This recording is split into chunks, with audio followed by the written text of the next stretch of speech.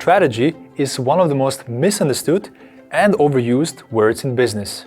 We need a strategy for this. Let's align on our strategy. Our go-to-market strategy is evolving. What is the strategy behind this project? We need a strategic pivot. Yeah, and that's exactly why nobody knows what strategy actually means. But it's actually very simple. In business world, the word strategy has a very specific meaning.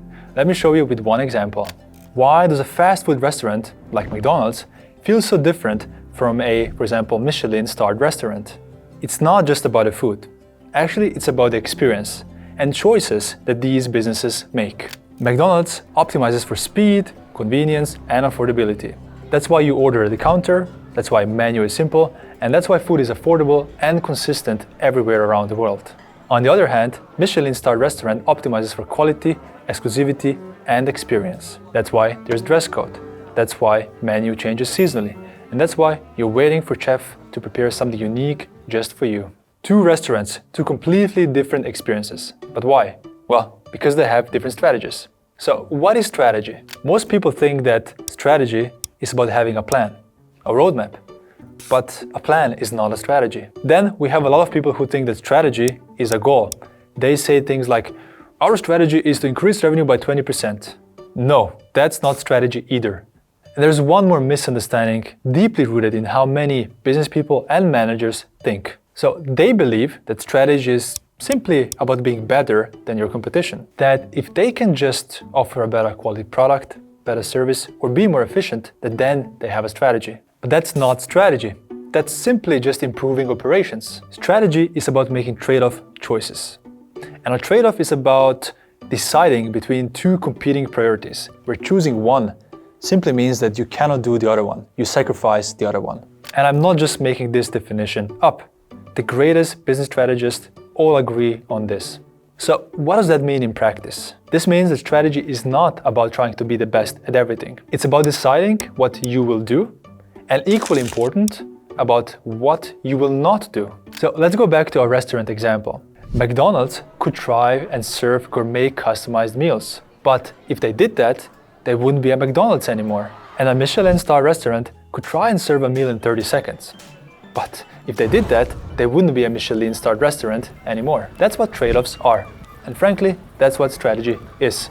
Sounds simple, right? But here is the problem. Most businesses simply do not like to make trade-offs. Instead of choosing one very clear path, they just say, yeah, let's just try and do both. And that's where businesses get stuck. They try to climb two mountains at the same time and end up stuck in the middle. Making trade-offs is hard. Most companies don't want to give anything up.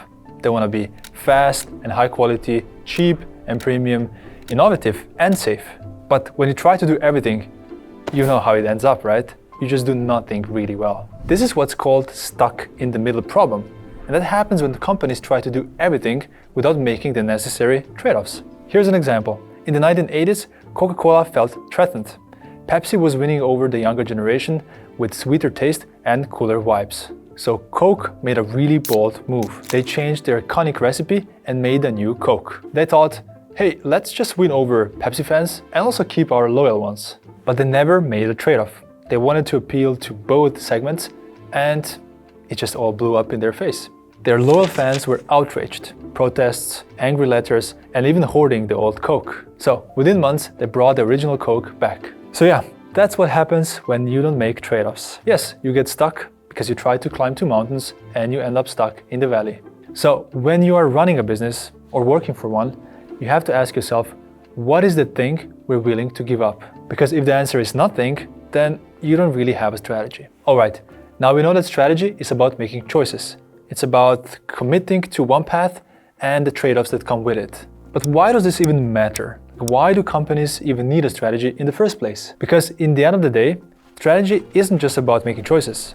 It's actually much more about winning. In business, companies that win don't do just well. They actually take almost all the rewards in their market. According to Harvard Business Review, they're 6 times as profitable as their rivals. Think about it. If you're climbing a mountain, don't choose the one that's overcrowded. You need to pick a mountain where you can reach the top and also stay there. That's what's called competitive advantage. That's the thing that gives the company an edge to stand out and dominate its market. Companies that succeed don't just try to be better. They actually commit to being different. And because they chose a clear strategy, they actually take most of the economic value in their industry. So let's break this down with a few examples. Let's take the streaming industry's two giants, Netflix and YouTube. Both dominate streaming, but in completely different ways. And that's because they made very different trade-offs. So Netflix focuses on high quality, high budget content, and the trade-off of that is the limited library size. YouTube, on the other hand, shows user-generated content produced at a massive scale, and the trade-off is less curation and lower production quality. Could Netflix allow anyone to just upload videos on their platform? No, because that would break their value proposition. Could YouTube make a 200 million blockbuster movie? No. Well, yes, it can try, but it just wouldn't fit with its model. So both Netflix and YouTube succeeded because they chose a clear mountain and committed to that path. Now, let's have a look at operating systems for smartphones.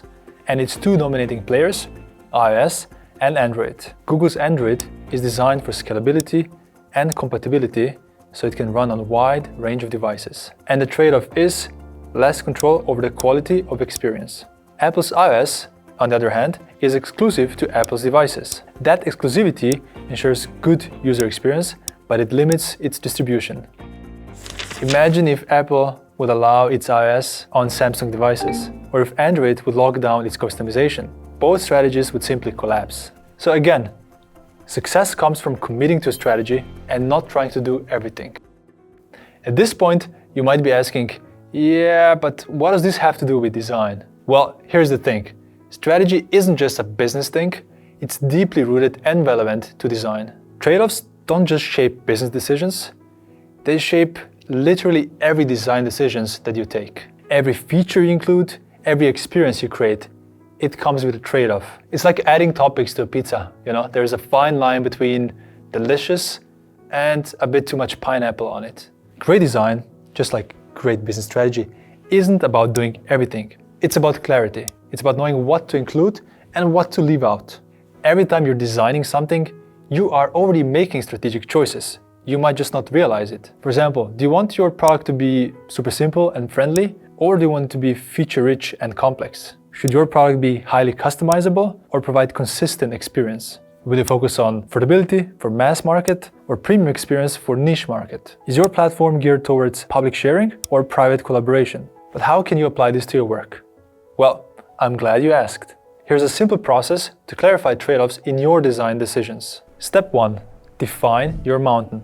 What is the single most important thing that your product needs to deliver?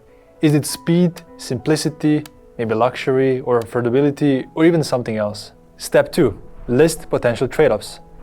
So you need to identify opposites relevant to your product. For example, simplicity versus complexity, or exclusivity versus accessibility, or maybe customization versus standardization. Step 3. Understand your current position. Instead of deciding on new trade-offs, you can start by identifying where your company already stands. Because great designers don't fight the strategy, they amplify it. But if you do see your company being stuck in the middle, pick a mountain that hasn't been climbed yet and lean fully into it. So next time you're designing something, don't just ask, how can I make this better? Rather ask, what trade-offs make sense for this product? Because just like in business, in design, the best decisions come from clarity and not trying to do everything. Because strategy is about making trade-off choices. And the best designers, they embrace them.